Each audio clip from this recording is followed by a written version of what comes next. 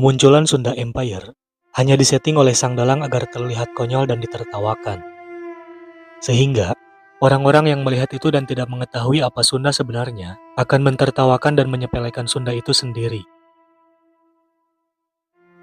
Dari seluruh suku bangsa yang ada di seantero penjuru bumi, ada satu bangsa yang sejak lama sekali telah menjadi buah bibir di banyak negeri dan kerap kali memantik kecemburuan bangsa lain.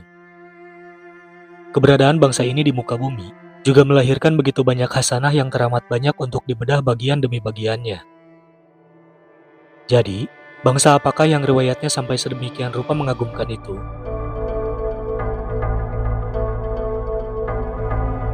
Dari zaman ke zaman, tanah air ini selalu diperebutkan, dipecah belah, silih berganti dikuasai, diperdagangkan, dan dihianati. Pun demikian, masih diperjuangkan, dibangkitkan, dipersatukan, digelorakan dengan cara dasar, yakni melinggihkan bangun ideologi negara. Di buku Architect of Deception, author Jory Lina yang menuliskan bahwa untuk menghancurkan suatu bangsa itu begitu mudah. Kaburkan sejarahnya, hancurkan bukti-bukti sejarah bangsa itu, sehingga tidak bisa diteliti dan dibuktikan kebenarannya.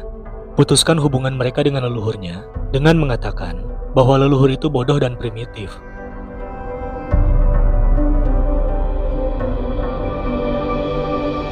Kebanyakan bangsa Indonesia terlalu sedikit yang memahami mengenai istilah Sunda dan hubungannya dengan Prabu Siliwangi yang disilip-silokakan atau diumpamakan sebagai Maung. Padahal, nama asli satwa tersebut adalah lodaya.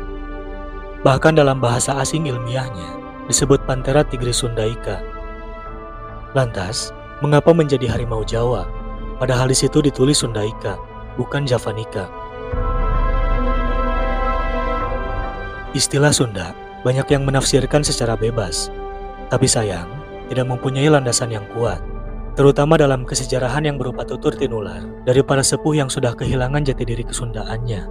Apalagi ketika mereka harus mengkaitkan dengan penamaan Sunda yang lainnya, seperti Dangkalan Sunda atau Sundalen, dan Dangkalan Sahul atau Gaul atau Galuh atau Galia atau Sahulen. Keberadaan istilah Sunda besar dan Sunda kecil, keberadaan Selat Sunda, keberadaan Gunung Sunda Purba, budaya Sunda, manusia Sunda, Sundayana, Sunda Pura, dan lain sebagainya.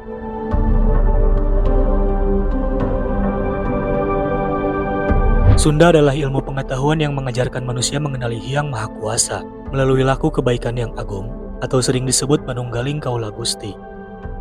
Sunda adalah ilmu yang mengajarkan tata cara hidup beradab dan selaras bersama alam semesta dengan segala watak kehidupannya. Kisah Sunda merupakan tata kelola peradaban dan kebudayaan hasil daya cipta adiluhung para leluhur bangsa Nusantara. Istilah Sunda berawal dari keberadaan matahari sebagai sang Hyang Batara Guru yang jatuh cinta kepada bumi, atau Dewi Purwati, atau Dewi Uma, dan kelak menjadi Batari, atau Dewi Durga. Pertemuan sebuah energi besar yang titik mataharinya bertemu di bumi.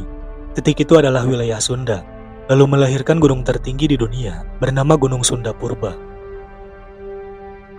Gunung Sunda Purba diperkirakan memiliki ketinggian kurang lebih 17.000 meter di atas permukaan laut, 10.000 meter lebih tinggi dari Himalaya, dan kelak, Gunung Sunda, atau Gunung Matahari, atau Gunung Cahaya, atau Gunung Batara Guru, atau Olympus. Titik ini adalah wilayah yang pasti terkena matahari lebih lama dibandingkan dengan tempat-tempat yang lain. Arti kata Sunda. Matahari, atau Sang Hyang Manon, adalah api sejati yang sangat besar dan dituliskan dalam susunan kata Su, berarti sejati, Na, berarti api, atau Geni, atau Agni, dan Da, berarti agung, atau besar, atau gede. Seorang filsuf Yunani adalah Plato menyebutnya sebagai Sundalen atau Atalan, atau boleh jadi artinya sama dengan Atlan atau Atlantis. Maka, Sunda sama sekali bukan nama sebuah ras atau suku, pun etnis, apalagi hanya berupa batas wilayah sebesar Jawa Barat. Sebab, Sunda merupakan tatanan besar yang berlandas kepada nilai-nilai filosofis kemataharian. Betul bahwa pusat Sunda itu berada di Jawa Barat. Hal tersebut karena keberadaan Gunung Sunda Purba, atau Gunung Matahari, atau Gunung Batara Guru, atau Gunung Cahaya, Dalam bahasa Yunani kuno disebut sebagai Gunung Olimpia atau Olympus yang berarti cahaya. Gunung ini dikenal sebagai tempat tinggal para dewa. Hal ini pula yang menyebabkan mayoritas wilayah di Jawa Barat menggunakan istilah Chi yang berarti cahaya. Istilah Chi tentu tidak sama dengan cai, tetapi Chi adalah kemilau yang dipantulkan dari permukaan tirta atau banyu atau apa atau air. Gunung Merapi itu ada karena ada sinergi matahari dengan larva bumi, yang kemudian bumi akan kelebihan energi. Sementara itu, ahli geologi menyatakan bahwa gunung berapi terbanyak di dunia adalah di Indonesia, atau juga sering disebut sebagai Ring of Fire. Daerah yang terkena matahari, atau daerah yang sempurna mendapatkan sinar mataharinya lebih banyak, adalah wilayah Sunda, atau daerah di sekitar Katulistiwa. Faktanya, kalau waktu dalam 24 jam, kemudian dibagi dua, berarti 12 jam malam dan 12 jam siang. Kira-kira, negara mana yang 12 jam malam dan 12 jam siang selain Indonesia? Tidak ada.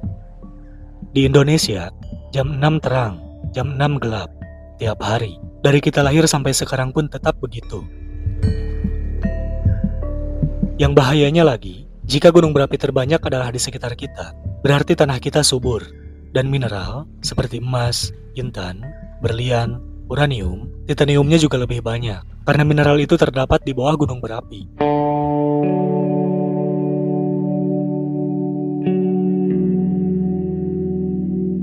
Mengapa kita tidak pernah tahu? Karena kita bisa melupakan budaya sendiri, atau dilupakan oleh kelompok tertentu. Atau, ada sebuah konsep besar dari luar, yaitu bangsa penjajah yang ingin agar kita tidak mengenal lagi identitas kita sebenarnya.